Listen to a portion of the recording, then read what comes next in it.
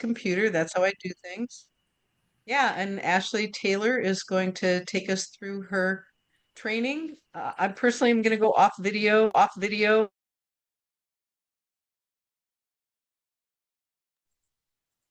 It's all It's yours, all yours, Ashley. Ashley.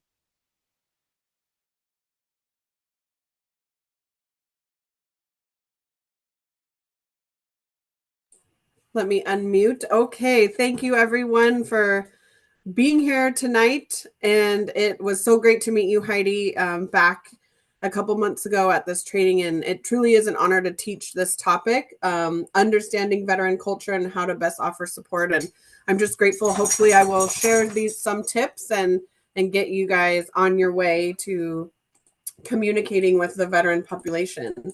So I introduced myself, but for those of you on the recording, I am an Army veteran. And what I think is really important about serving the veteran community, even for veterans who are providers, including myself, is to get out of our own heads as veterans and understanding veteran service as a whole. And that's really what I'm going to be talking about. But just for credibility purposes, I am an Army veteran myself, and but I've learned the most over the past 13 or so years in learning the veteran population, that how each individual veteran has a unique story and understanding veteran service as a whole. And so that's a lot about what I'm going to be teaching tonight. And so, as Heidi mentioned, I am from the Portland VA, and specifically, I'm from the suicide prevention team. And I'm going to get into a little bit about what all that means and why suicide, the topic of suicide, is so important to cover when we do talk about veterans. And this is just a map of our catchment area. The Portland VA is that green section on the left, where we cover 26 counties. We have 20 counties in Oregon and 6 counties in Washington. And our VISN, our Veteran Integrated Service Network, which is what VA calls the region, is VISN 20, and we cover Oregon, Idaho, Washington, and Alaska. And here's a little bit about our team. So we have a really large team. The Portland VA is what's known as a 1A facility. And so there's 10 of us on the team, and most of the people are clinical, and they are our suicide prevention coordinators who handle follow-up calls and consults from calls that come into the crisis line. And then we have a Compact Act coordinator, which I'll talk about what that is. And then me and Christine are the external folks we do community-based intervention for suicide prevention, talking to anyone and everyone who will listen about suicide prevention techniques and our priority areas, and learning about how to help the veteran community. So it's exactly what we're doing right now. A little bit of housekeeping before we start, because since I am from the suicide prevention team, and I've already mentioned it a couple times, I will be talking about suicide. And there is often stigma and taboo associated with suicide. It's a tough subject. And I want to honor that everyone has their own thoughts and feelings and perspectives on suicide. And by no means am I wanting to change your mind about your personal feelings and thoughts, just educating on through the public health approach of learning about it. Also, I'll be covering data, and data comes in the form of numbers. And we know that those numbers represent lives and families and people affected by that loss. And it's not complete, and it is complex. And we honor each and every life that has been lost by suicide. Oh, so sorry. Dogs, am I right? And also I'll be talking about firearm ownership. And by no means is it meant to be controversial. We respect everyone's right to own a firearm, but you cannot have a conversation about suicide without talking about lethal means. And firearms are a top lethal means as it pertains to suicide. So just wanted to touch on that. And lastly, if you need to take a break when we get into the tough parts, please do so, and always put you first. So some training objectives of what my goal is after discussing this with Heidi and Jim of what to cover. We'll be understanding why it's important to improve our knowledge of military service and military culture. We'll be understanding the different branches of the military And we'll learn, I think this from your intros is a really hot topic right here, the best practices for engaging with the military connected community. And then we'll end with some resources. So here's how this is going to flow. I'll be opening with talking about military and veteran culture, talking about military trauma, what it's like to transition from service member to veteran. You know, those are two totally different people, and they're in two totally different places in their lives, whether they're actively serving or whether they transition into becoming a veteran. And then we'll be talking about how to connect with a trauma affected veteran, and really any veteran, but specifically with trauma affected veterans, and some tips there for veterans who may be affected by trauma. And then we'll talk about facts about veteran suicide, because what kind of suicide prevention team member would I be if I did not honor this very important topic to work on preventing veteran suicide? And we'll learn about what the VA and what we're doing as a country to really fight this epidemic that we're facing. And then we'll close with some resources. So military culture and service members. So it's important to know that war is not new, right? War has been a part of Earth's culture, and these numbers are a little bit changed, but in the essence of this message, in the last 3,000 or so years of recorded history, only 268 years have not seen war. And the crux of that is that there's been way more years at war than not. And so this, you know, plays a role in how we as people are, how we look at defending our countries, you know, all across the globe. And I will be talking specifically about the United States military, but just like to touch on kind of the history of that piece there. So as it pertains to the United States military, here are the 6 military branches. Yes, there are 6. Our new baby force down there, I'll talk about them.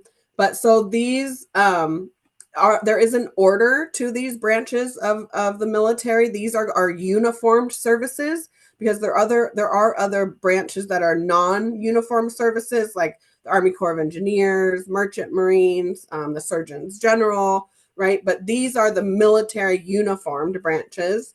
And the order of these goes in order of birth of the logo.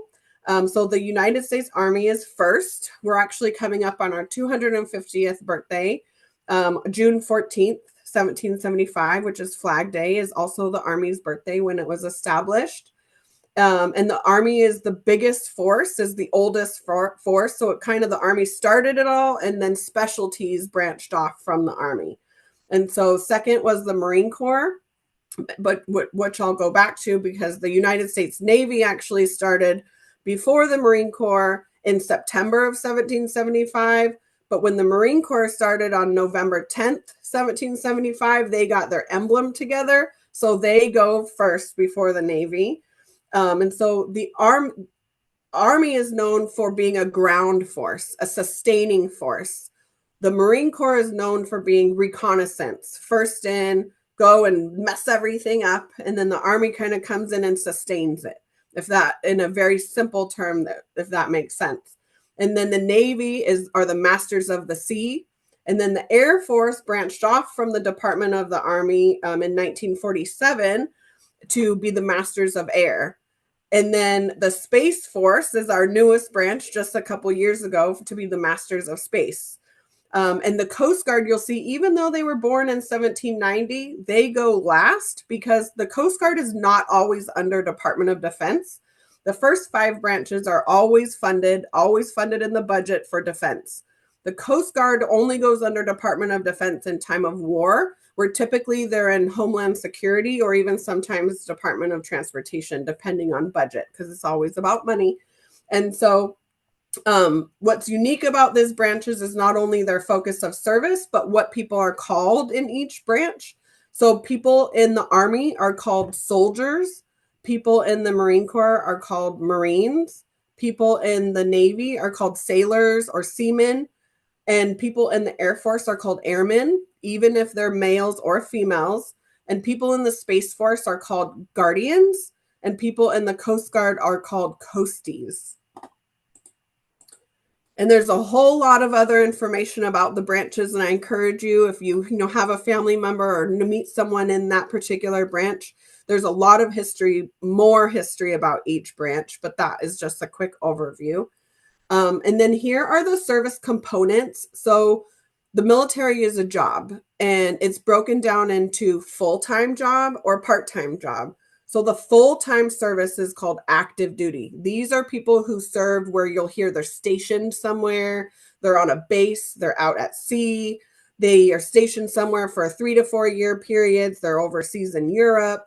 That's active duty, where they're full-time employed. The military is paying them for all the time salary. Where the part-time employment is your reserve components or your National Guard.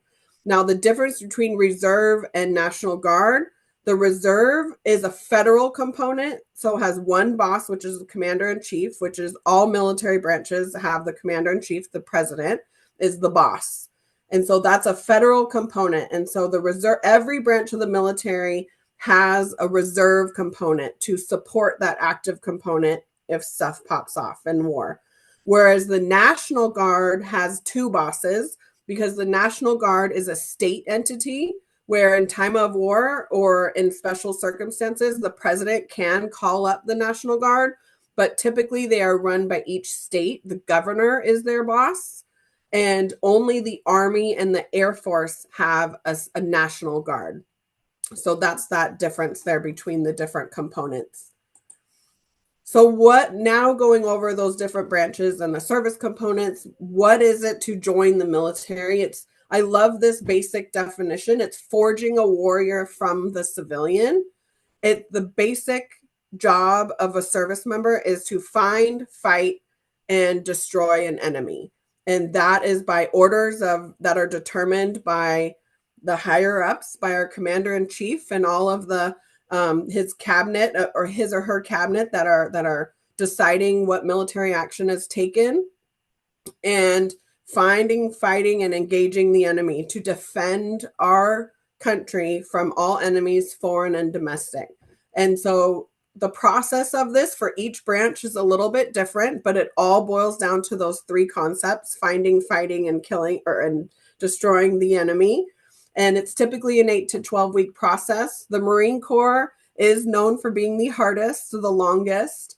And so, but it's a whole process. And this next term tends to have a really negative term, but it's the bottom line. It's indoctrination, the process of teaching a person or a group to accept a set of beliefs uncritically.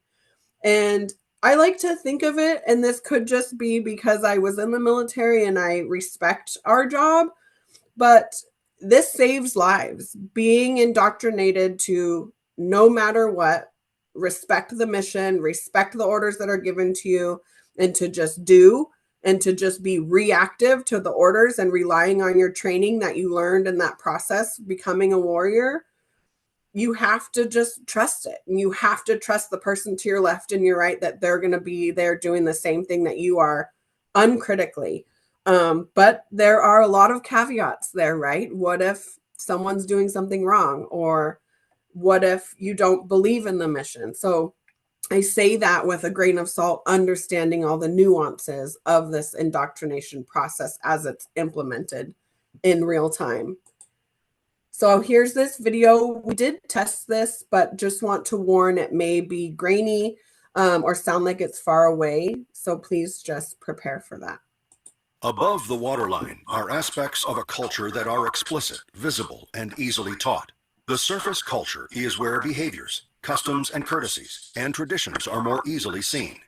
For the military culture, this area includes things such as the uniform and rank, the salute, the playing of the national anthem before commanders' calls and movies, the POW ceremony, the honoring of heroes, and the change of command ceremony.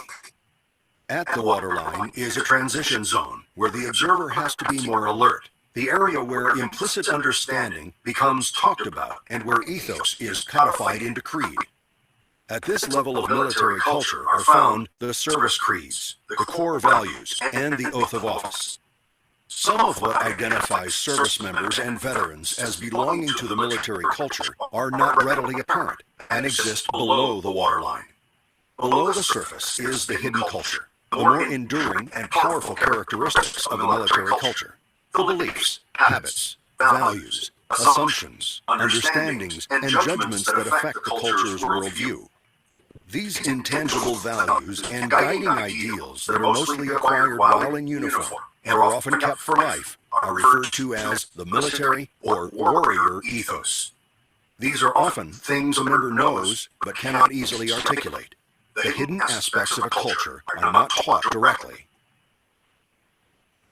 I love that video because it really does a good job about showing there's so much more to a person who's served in the military other than those things we see, right? Our uniforms, our ribbons. There's so much more that goes into that. And these are just little seeds that I'd like to plant with you as when we get into the how to engage a person about their military service, thinking about stuff you could talk to them about. And what also goes along with the whole process of forging a warrior from a civilian, that indoctrination process, all of this iceberg, the learned culture throughout that person's years of service. There's also the continuous training for war. So each person has their specific job. I was a diesel mechanic. There's cooks, there's infantry, there's people that work on tanks, there's seamstresses, there's parachute riggers, there's quartermasters, there's all sorts of jobs, lawyers, admin, medical, even horse people that work up with animals, veterinarian techs, dog trainers. But when it boils down to it, the three jobs that everyone has to find, fight, and engage our enemy. So there's continuous training for war and the possibility of having to defend our country. And then if we do have to go to war, there's deployments, potentially multiple deployments. And when we look at the different eras, which is what I'll get into here, what these deployments looked like were different for every era. And so like World War II, I mean, my grandfather served in World War II. He was deployed he got drafted after training, was deployed for 6 months and then landed at D-Day and survived D-Day, thankfully, because he landed at Utah Beach, and then was deployed for 18 more months.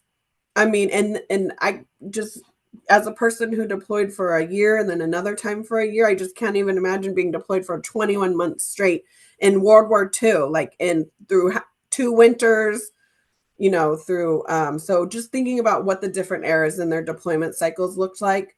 And Korean War and Vietnam, they got a little shorter, not, that two years long, but multiple, right? If the war is still going on, then a person might go and come back and then they go again. And we definitely saw that a lot with the Persian Gulf War, which was still shorter, but the post 9/11 generation at the beginning saw a lot of back-to-back deployments. The Army historically has the longest deployments, where the other branches have 3 to 6 month deployments, where the Army typically has a year to a year and a half deployments. And it just depends on the mission.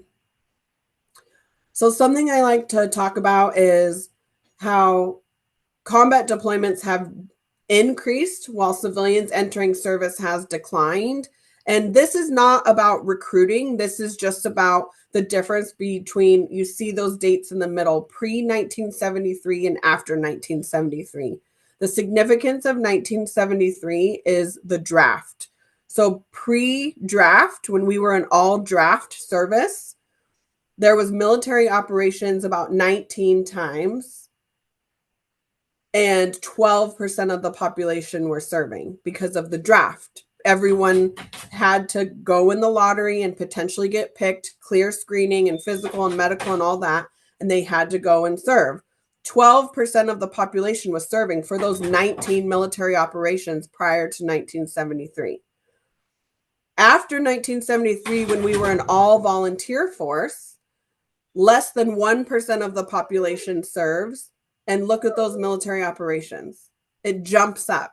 We don't know exactly why, but the theory is that potentially, is it that the service member is expendable? Is that people volunteered for the service and knew what they were getting into? We don't know what the theory is. We just know the facts. When it was all draft force, Congress and the use of military action was very restrictive on sending people into harm's way. When it's an all volunteer force, there's more use of military action. And that's just an interesting little fact. So since September 2001, over 2 million military personnel have deployed, and over 33% of those 2 million have deployed multiple times. We saw many not only active duty people deploying, but also reservists and National Guardsmen. And lives have been forever changed by these combat operations. Now, what is some things that could potentially be traumatic in the military that people experienced? Okay, go on. So potentially traumatic events include those that involve actual or threatened death, serious injury, or sexual violence. And I like to highlight this because it doesn't have to be the actual act of trauma. It could be a perceived event, it could be a preparatory event, or it could be the actual event. Everyone's experience while deployed to a war zone, whether on a front line or a support role, is unique and special and honorable. And the same event may or may not be perceived as traumatic by different people. Service itself may be traumatic depending on personal resilience and access to support. More and more service members are surviving multiple injuries that would have killed them in previous wars, thus exposing them to greater traumatic experiences, leading to unseen injuries. And I like to touch on that piece because, you know, people sometimes have, I've heard this in communities where they'll say, well, you know, even though there was PTSD before or shell shock before, not as often. And I'll say, well, the facts show that because we survive now, and we know that through access to medical care. I mean, when we think of that show MASH, for those, if you remember the show MASH, that story was about combat hospitals barely in Vietnam. There were not combat hospitals in World War II or the Civil War. Combat, and if they were not well stocked. There was basic medical care provided, but not trauma hospitals, which wasn't introduced really until Vietnam. And now the post 9/11 generation has awesome access to medical care. So more people are surviving while being exposed to pretty significant traumatic events, if they did experience a traumatic event. But like I said, the focus is each individual's experience is unique and has the potential to have been exposed, and even the perceived threat of being exposed to trauma can be traumatic. So physical injuries are the most common injury. And this is where it talks about how more and more veterans are surviving military injuries that would have killed them in previous wars. And also veterans live with multiple unseen injuries. And I know that y'all see a lot of this with the unseen injuries that people are trying to cope with and face the, symptomology that they're having associated with these unseen injuries, things like PTSD, traumatic brain injury, military sexual trauma, moral injury, depression, and a comorbidity of any of those. And I'm not going to get deep into defining all of those because I know y'all as mental health professionals have a lot of information on this, but if you would like information on these specific traumas, how they affect veterans, definitely let me know and I have more information on that. So what about families? It's important to really honor the family members. And I like to even touch on not only people that were married, but people who have parents that were back home worried about them, siblings, but definitely about the families while the service member is out there being deployed and the family is back home taking care of business on the home front. And when we think about these deployments, I mean, for our veterans who experience long deployments and multiple deployments, thinking about, people with young kiddos, the time, if you have a 3-year-old and you're deployed for a year and you come back and that kid's 4, that's a whole lifetime of years for that person that missed the life of that little kid. And this is when we start thinking about the sacrifice that people make, that service members make when they're deployed or in service to our country. This is what really drives home that sacrifice point, because they're sacrificing their time with their family to serve all of us, to defend our country from our foreign and domestic enemies. And I just think that when we talk about military families, this is what really hits home with the sacrifice. For me, it really helps paint that picture. Because military family life has its own culture, imagining saying goodbye to the loved ones, not knowing if they're going to come home. And this is what we call the unspeakable truth, that military families live with the fact that this is one of the few professions in which their loved one may not ever return home. And we know this. I know many of y'all said you work with first responders too. And it's a hard truth. It's a reality that we have for people who are our first responders, putting themselves in harm's way.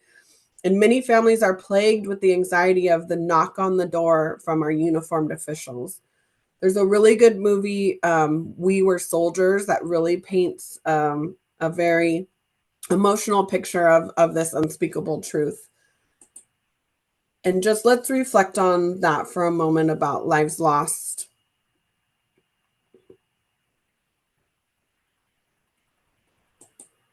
Okay, so we talked about military culture and what is the military, what are the different branches, what does it take to form a person into a service member, what it's like to serve and go through, deployments, and what about when they're ready to get out? Is there a handoff to the Veterans Administration? No, there isn't. I know there's some brand new work being done, but historically, it's been a kind of a what comes first, the chicken or the egg, right? Like the DOD, Department of Defense, is like, we're in charge of them as service members. And then the VA is like, we're in charge of them as veterans. But they have to be a service member to go and be a veteran, and versus they have to be a veteran, they have to have been in the service. So each kind of department is like, whose responsibility is that transition? And each one wants to just focus on their own one. But so it's not so much, and it can be a two-headed dragon, because the VA is a monstrosity. It's the largest integrated health service network out there, and it has a big job to do. And also, it does not serve every veteran. And this is where I'll show this utilization, if you will. So of the approximately 20 million veterans, we see most veterans are males, with about 1.8 million females. And then we see a breakdown by race and ethnicity, a breakdown by veteran service area. So our Vietnam veterans have the largest population right now, followed by our Gulf War. And then we see the older generations down there. But what really stands out for me about this is about half of veterans, so about 10 million veterans, use at least one service of the VA. And that can be healthcare, that can be the GI Bill, that can be the home loan, that can be a cemetery service. But when we're talking about veterans who are enrolled in VA healthcare specifically and accessing care actively, that number is only about 30%. So this is where it's that two-headed dragon, that the VA is not the end-all be-all for all of veteran services. They want to be, there is a need, definitely want to be, but the fact is 70% of veterans do not use the VA for healthcare. And there's a lot of reasons why VA healthcare is not automatic. Also, there's eligibility. So each person who served has a unique timeline, experience, trauma that they were exposed to, reasons why they were discharged. So there's all sorts of reasons that a person may not be eligible for the VA. They do have to have served a certain amount of years. The basic eligibility is at least 2 years of active duty or a deployment to a war zone. But there's all sorts of nuances and caveats. I'm here to tell you, I've done a presentation on just eligibility, and the slides were 70 there were 70 slides just on eligibility. So it is very, very nuanced how much goes into VA eligibility. But if you have any questions on that, just let me know. But the main part of this is knowing that the VA is not the end all be all, but what the VA is the end all be all for research and programs and information on how best to serve veterans, whether it's the VA serving them or our community partners serving them. And the VA has come a long way in working more with our community partners, and that's why it's an honor to be here with y'all. So with all that being said, remember that there is a lot of undiagnosed, untreated, or undertreated issues. Some never receive treatment. Mental health issues are difficult for anyone to face, and maybe more so for veterans due to culture. And this is where I'll touch on that culture. And I touched on it in that indoctrination piece. We are taught to be reactive in the military. We are not taught to be proactive. We are not taught to think, oh, I haven't slept for 3 days, or, oh, I've been feeling really bad. Oh, I've been fighting with my spouse a lot. Oh, I've been drinking too much. I need to do something about that. No. Some people have that natural resiliency, right? But some people struggle, as we know that. As mental health professionals, we know that there's very much complexities in why people don't access care or hold off on accessing care. And so it's really just honoring that and knowing that and helping a person through that with whatever it looks like for them when they are ready to access care. And also, many factors contribute to a veteran's ability to access VA care. I mentioned some of them. But in addition to the eligibility, there's also stigma with accessing. You know, there are a lot of negative narratives, unfortunately, about the VA. I would love to prove them all wrong. I'm a huge advocate for the VA. I use the VA myself. And it's one of those that only works if you work it, right? Every system in the world has issues, and the VA is not a stranger to that, but it works when you work it, and it's there, and we've paid for it with our service. And if you are eligible, I love to encourage everyone to use it. But if a person doesn't know how to access, that's what we're here. There are people to help veterans navigate that. So just keep that in mind as you go on your journeys and you work with veterans. Always feel free to use me as a resource. So now getting into veteran, transitioning from military to veteran status. This right here, this Title 38 of the Code of Federal Regulations that defines a veteran is the main reason why not all veterans are eligible. The federal definition of a veteran is not inclusive. It's not my favorite definition because it does not include people who served in the Reserve or National Guard. It doesn't include all sorts of people, but the federal definition is a person who served in the active military, naval, or air service and who was discharged or released under conditions other than dishonorable. So it's just not a super inclusive definition. I like to, and this is really specific for access to like VA care, but I like to not ask people, are you a veteran? We encourage to ask, did you serve in the military? Because regardless as if a person doesn't meet this federal definition, they may still be eligible for other community resources. And so to identify a person who served in the military, I like to ask, have you served in the military? Because some people may not think they're a veteran because of this federal definition. And every service member has a unique transition experience, and many factors contribute, such as the manner of discharge and length of time to prepare, whether they knew they were getting out, whether it was a surprise getting out. It could be whether they were kicked out or maybe they had a medical injury happen. Also, access to adequate guidance from leadership. What did their mentorship look like when they were getting out? Also, their era of service.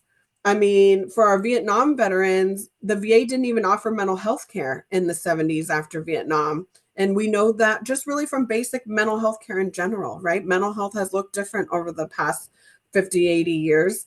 And so it just looks different for each person who got out. And also then trauma experiences, throw in some trauma in there and how that affected each person. And so I love this, that to highlight that each person has a unique experience. And that's what we're getting to know. It's so hard to put generalizations on veterans. We can in some sense with culture, but really it's getting to know each service member's individual experience and their story, because it's going to be different for each person. So here's some examples of ID cards to identify a veteran. This is a Texas driver's license, but Oregon, you can put veteran on the driver's license. When you get an ID or a driver's license, you just have to submit proof of military service, and your ID, and the veteran's ID can say veteran. There are also VA ID cards. The one on the left is what the current ID, the top left is what the current VA ID card looks like, but they used to look like on the top right. And then the bottom left ones are for retirees. They may be calling a blue card. A blue card holder is a retiree, which is someone who served 20 years in the military or greater. So here is what military in Oregon looks like. We do not have any active duty bases. Our closest one would be up in Seattle, Joint Base Lewis McChord, which is a joint base with an Army base and an Air Force base, and there's naval bases up there too. But in Oregon, we only have, there is a Coast Guard auxiliary in Astoria, but most of the bases, if you will, like Camp Withicum, there's a big National Guard headquarters in Salem. These are all for National Guard or the reserve entities. And this is not to say we don't have active duty troops here, because we do have recruiters that are active duty. But what this plays into is access to resources.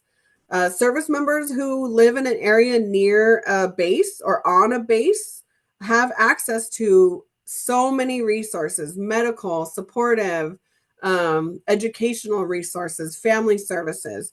So our service members in Oregon are really limited in this. Our reserve and guard bases do have family readiness groups and all of that, but not as much as if Oregon had an active duty base. Oregon is ranked 25 in total veteran population, and this next slide shows where the areas have the highest population of veterans. The darker colors have more density of veterans. And then we see where the care sites are for the different VAs as well. So how can we help? This is what we're all here for. This is our bread and butter right here, is connecting through empathy, potential discussion about firearms, and offering resources. And this connecting through empathy, this is where I have these tips that go even further into these best practices for engaging. I like to break it down. And so kind of opening with just connecting with empathy, right? Like just seeing a person for who they are. And then connecting through first impressions, connecting with them, and then understanding mental health through the lens of empathy. And so some tips for first impressions are fighting the stigma that veterans are broken from war, right? Like veterans don't want you to be like, oh, you poor veteran. No, like it made us who we are, right? So we want to be non-judgmental of our service. Even if we had stuff happen to us, we're not broken, right? And we know this as mental health professionals, that a person may have had a traumatic experience and we're having symptoms from it, but we can heal from those wounds. And so just kind of being non-judgmental of the stigma associated and the stereotypes with veterans. Try to minimize surprises, talking about the process of what treatment looks like or what the conversation is going to look like.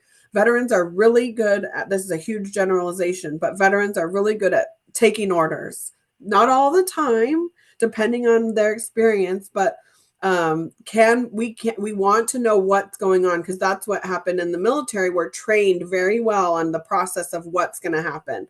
And so if we can lay that out, sometimes that helps with talking about that process. This mentions a moral obligation, which I'll get into defining that in a little bit. But just getting to know your veterans. So thinking about all of this with your first impression, kind of going in with that open heart, that open mind, that non-judgmental, that first impression that you're there to support and encourage and listen and be there for them wherever they're at. And some tips for connecting, asking the right questions, which is really any question that's not how many people did you kill. That's really what is the guidance. We don't always want to talk about the the lives that were taken, that can be hard for some people. And that's not saying some veterans don't want to talk about that, but it is encouraged to really avoid that question. But every other question, ask. Get to know their service to gain an understanding of their connection to their veteran status. Ask them, where they were stationed at. Why did they join the military? What was their military experience like? Did they have any good leaders? Did they have bad leaders? Did they have any good friends that they made in the military? And then you can start getting into, do you still talk to other veterans? Do you do veteran events? Are you a part of any veteran organizations?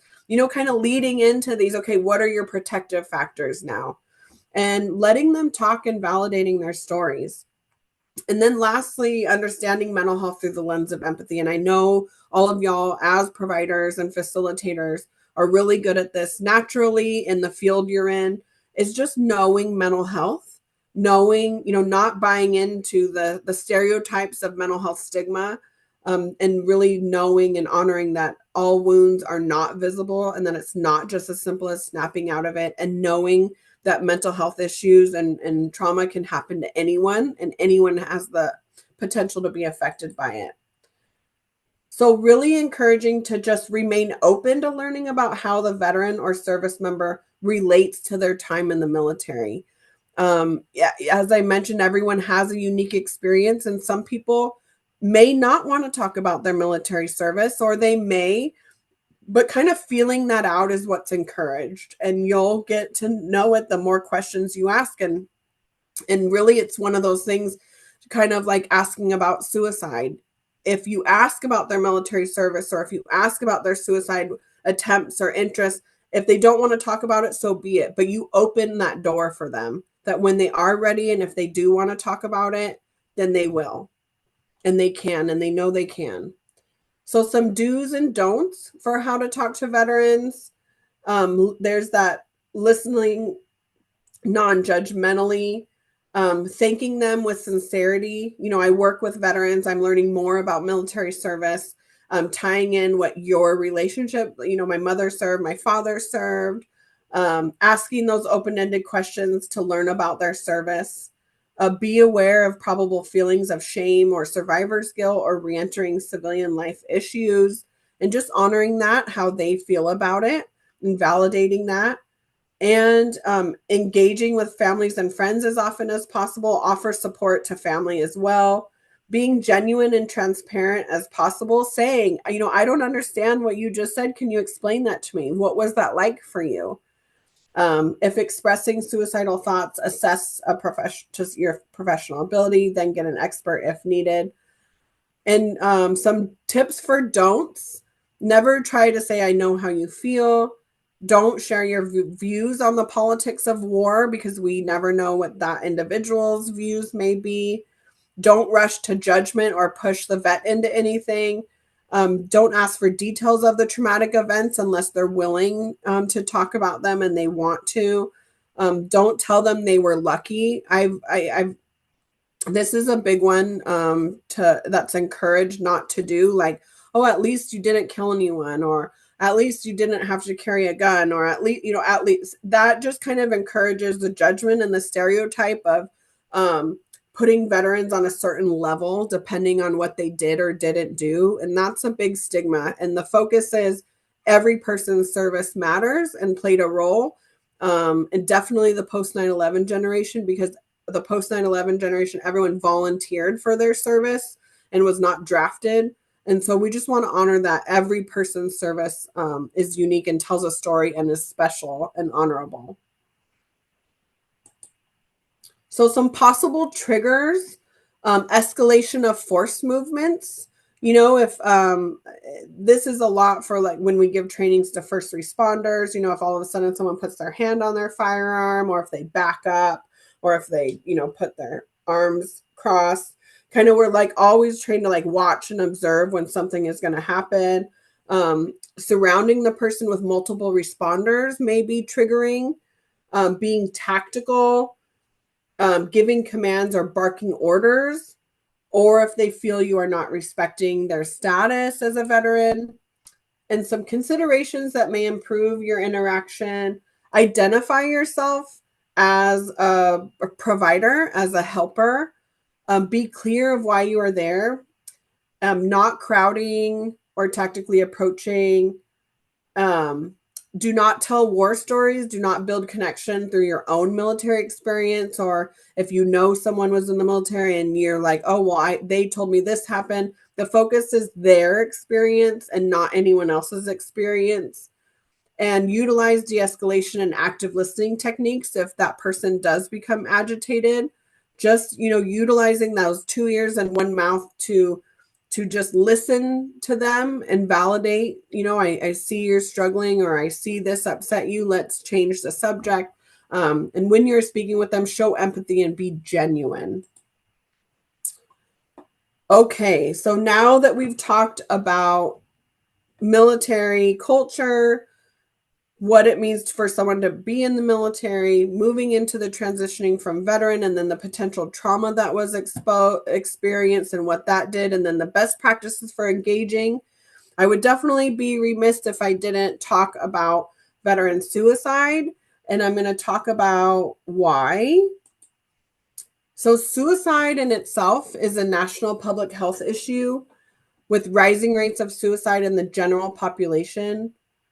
So it doesn't only affect veterans. We know this. It affects everyone, and it could affect anyone.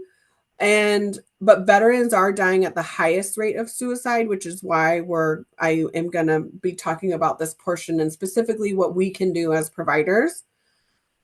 And this really always hits home. For every death by suicide, approximately 135 individuals are impacted. So suicide is a complex issue with no single cause, right? We all wish we knew why someone feels that compulsion to take their life. And because I wish we could solve that, right? It's in our human nature to be survivors, to be fighters of our own survival. And it's heartbreaking to lose a person at their own hands. And suicide is often the result of a complex interaction of risk and protective factors. This is the main crux of everything suicide prevention, is maximizing protective factors while minimizing risk factors at all levels. If we could understand this concept, if each individual could understand this concept, we'd be losing a lot less people to suicide. But this is the hardest part because these protective factors and risk factors are different for everyone. This is what makes suicide so complex. A person's risk factors and protective factors are going to be so unique and specific to that individual person. What they're going through their life for risk factors, whether they have mental health issues or access to lethal means or family issues, health issues, unemployment issues, financial issues, right? All these things that could happen to anyone at any point, these risk factors. But if we could build up our protective factors, our access to healthcare, our connectedness in our communities, our mission or purpose, our sense of spirituality, our physical health, our social, emotional well-being, right? If we could just help every person lift up those protective factors, then we'd be good, because these risk factors are not going to go away, right? We're always going to have issues in our lives depending, some days they're high, some days they're low, some days we're doing really good. But as long as we can build up those protective factors, and that's what y'all are doing with the services you provide, and I'm so grateful. And this is just, if only we could solve this and build everyone's protective factors up. And so why veteran suicide is everybody's business. I will be showing some data that shows how veterans are dying by suicide at higher rates than civilians. And veterans are one of the special populations that need community support. And yes, there are many special populations, but the need is for communities to serve veterans just as they all served us. And this is what is known as the moral obligation that I talked about earlier. There's a really good video that I'm not going to show, but if you go on YouTube and you search the moral obligation to know our veterans, it is what really opened my eyes when how I talked about kind of taking ourselves out as veterans, but looking at veteran and military service as a whole and what that means. It's a really great video. It's 12 minutes long, and it just paints that picture of how all of us as society play a role in supporting our military and veteran community. And then it's because if we all played a role, we can all help with this prevention piece of working to identify veterans in crisis and helping to point them in the direction to care. And then there's also a really good video about 15 things veterans want you to know. It goes more in depth about military culture, and it's a really good video too if you want to know more about working with the veteran population.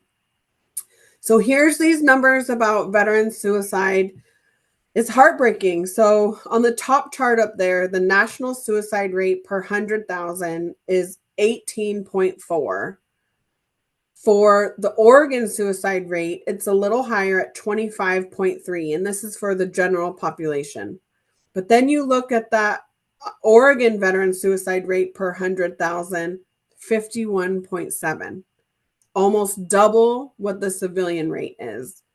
And that is why we have to talk about veteran suicide whenever we're talking about veterans or military. It's important to encourage screening for suicide, not being afraid to talk about suicide. And guess what? If someone says, no, I'm good, I'm not thinking about suicide, great. But if they are, you've opened that door to now talk about it and identify it and potentially get them access to care. And the reason why we talk about firearms specifically and have the firearm conversation of, if you have firearms in your home, are you keeping them secure? Are you locking them up? Are you safe with your firearm? Is this bottom chart down here. The national suicide numbers for deaths by method, about 55% of people use a firearm when they die by suicide. Oregon is right on that number, about 54%. But look at that for veterans in Oregon. 75% of veterans in Oregon use a firearm for suicide. And Oregon is a very high state that has firearms. There are a lot of firearms in Oregon. And again, this is not meant to be controversial or to talk negatively about firearms. I'm a proud firearm owner. But it's about being safe with our firearm and aligning that conversation when we talk about firearms with being safe, keeping distance from a firearm if we are feeling suicidal or feeling even not suicidal, but just in a bad place currently. We want to separate ourselves from these lethal means because firearms are the most deadly means, and it's something we're not coming back from for a fleeting moment of suicidal crisis. That could pass, and then we can't take that back. So after sharing that data, we do have some anchors of hope. So every year, the VA releases an annual suicide data report on veterans. And this last one, we've been releasing the report since early 2000s. And so we've really been seeing, some information over the past 20 years. And so what this last report highlighted was decreases in certain populations where prevention programming has been implemented or increased protective factors have been implemented. And so we saw substantial declines in female veteran suicide, which we have to hang on to that is, a little bit of an anchor of hope.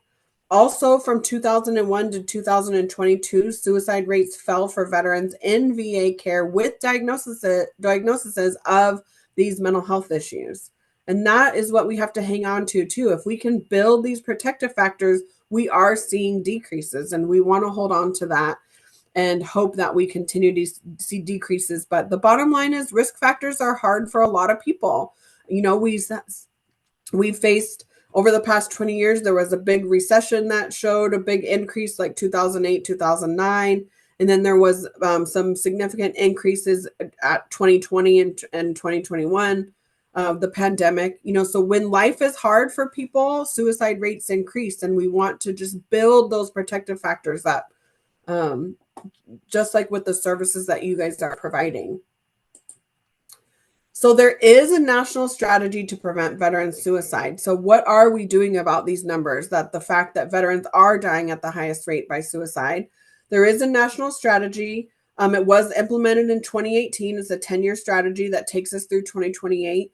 And when it was implemented, there were decreases, significant decreases for those first 2 years, but then COVID happened and it's been increased. The report always comes out 2 years. So we have the reports from 2021 and 2022, and there were increases. And so it's hard, but we have to hang on to when prevention was implemented and life wasn't hard.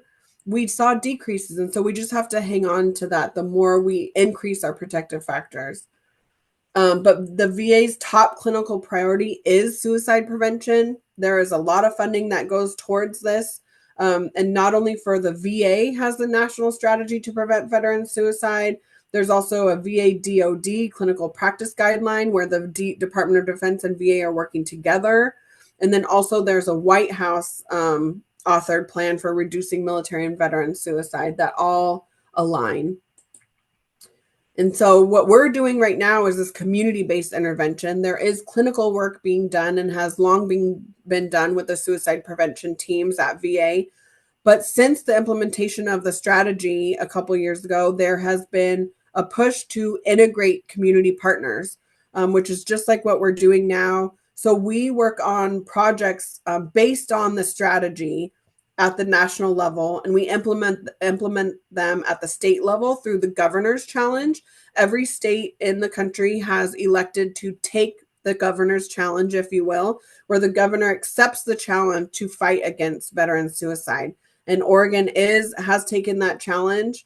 And there, I do sit on that team for the Governor's Challenge team, and we are implementing different projects throughout the state focused at the state level. So working with ODVA, working with the governor to implement these suicide prevention strategies. And then at the community level, which is what we're doing right now, you see my position, the community engagement and partnerships coordinators.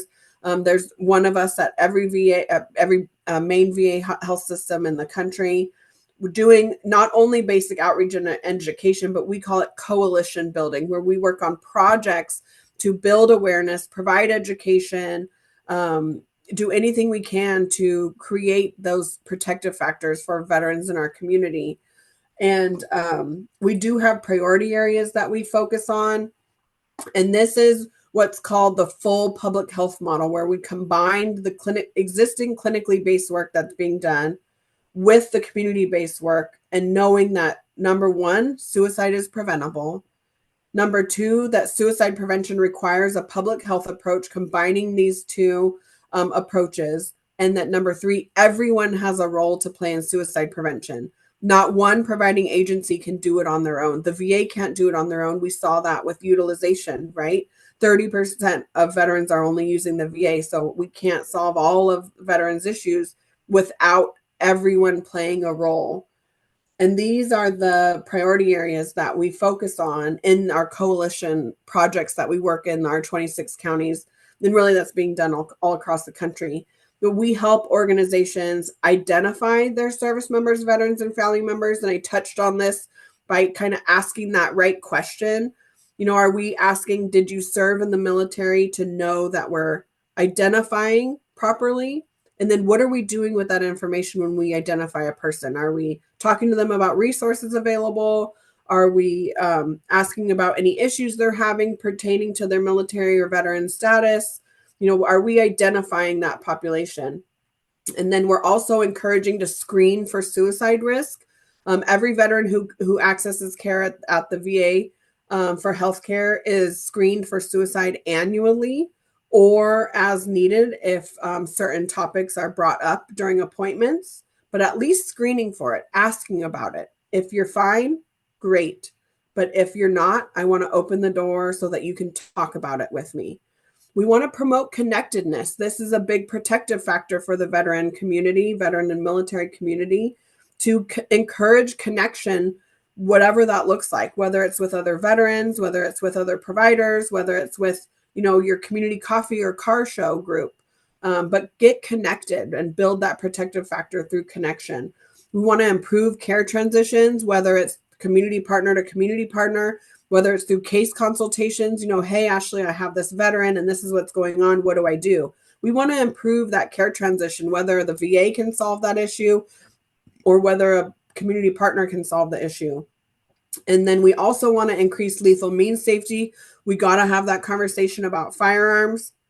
And we also have to have that conversation about safe access with our medications, with any, sharps instrument, any lethal means. We want to talk about it. We want to create time and distance between these lethal means. And we have specific trainings on that.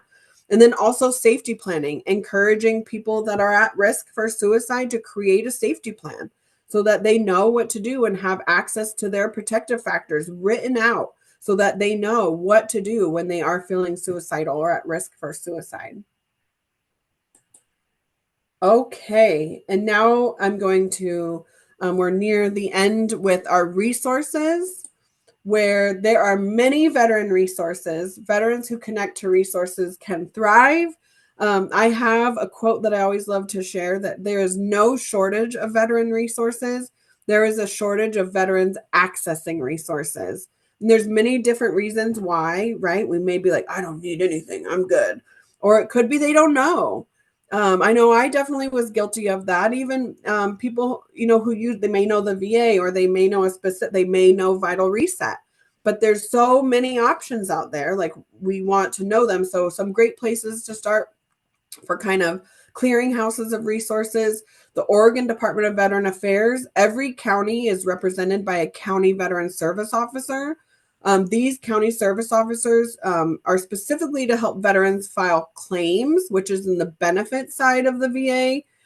And these are like their disability claims, their pensions. But typically these veteran service officers know their communities. They know the other community partners in the area that work specifically with veterans. And so they're just a great kind of clearinghouse for knowing, hey, I have this veteran, what do I do? And they know their counties specifically. And then there's the VA. I would love to help navigate issues, especially if it's for a VA need. I have learned a lot about the VA over the years, and once you know it, it can be navigated. And it's really just about knowing where to go and what programs are available to access. Some top resources for veteran mental health support: the VA suicide prevention teams. We'd love to be a resource for you and your teams. There's also the Vet Centers, which is a VA-run entity specifically for readjustment counseling.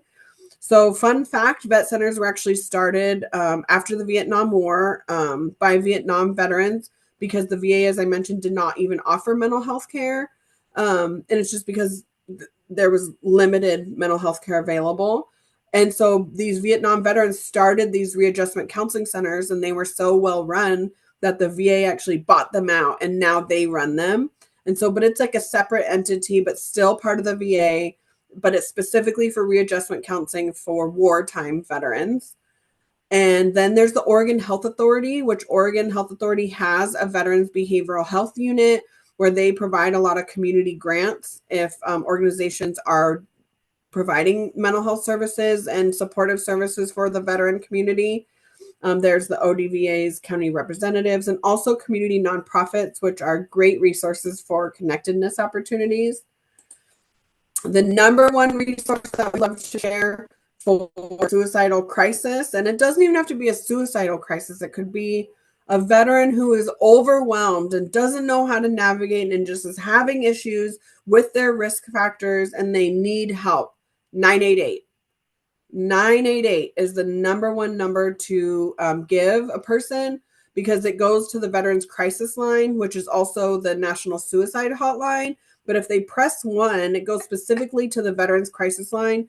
And those trained responders will talk to that veteran about what's going on, listen to them, validate what's going on. And if they need a follow-up consult, that's when it comes to our team, our suicide prevention coordinators, and they will place those consults directly with, whether or whatever it is that they're needing. So 988, number one resource that we share. Also, Compact Act with some new legislation that passed in 2023 that allows veterans, it's a financial benefit that allows people who served in the military, whether or not there is still some basic eligibility, but they don't have to be enrolled in the VA, that if they are in an acute suicidal crisis, they go to their closest emergency room or even call 911 or call 988. And if they have to take an ambulance to the hospital, the VA reimburses that care. And it's called a Compact Act episode of care. There's a lot of information about Compact Act. So if we are interested in learning more about navigating Compact Act and the information, we can set up a separate presentation. Cindy Tanner, our Compact Act coordinator, does a really great hour-long presentation on explaining Compact Act, how to implement Compact Act, how to start a Compact Act care episode to make sure that that veteran doesn't receive a bill for that care provided. What's really cool is it covers up to 30 days of outpatient care and 90 days of inpatient care if a person is receiving services due to a suicidal crisis. Also, we have a VA SAVE training, which is what Heidi came to, which is the VA's approach to identifying and helping a person when they are in a suicidal crisis. It's similar to QPR, if you've heard of QPR or ASK or ASSIST or any of those evidence-based suicide prevention trainings. VA's method is called VA SAVE. That's our approach. And it is available. Either I can give it or there is a YouTube video of it that we partnered with PsychArmor to provide this training. Also, we have some self-help mental health apps. I love these apps. A lot of funding went into supporting these self-care apps. Lots of really great ones. Some PTSD coach, mindfulness coach, the ACT coach is really great. The couples coach, insomnia coach, and also the safety plan app. I love the safety plan app because a person can create their safety plan right on the spot and just build their protective factors with having a plan with if they ever find themselves at risk of suicide. And then I will share these slides with Heidi and Jim, and all of these other resources have hyperlinks. So when you get them, you can just click on the hyperlink and access this resource because we have lots of toolkits for different topics, for safety planning, for social media messaging, for lethal means safety, a whole boatload of resources, and just some continued resources. And please stay connected with VA. We are on all social media outlets. And that concludes the presentation. And thank you so much.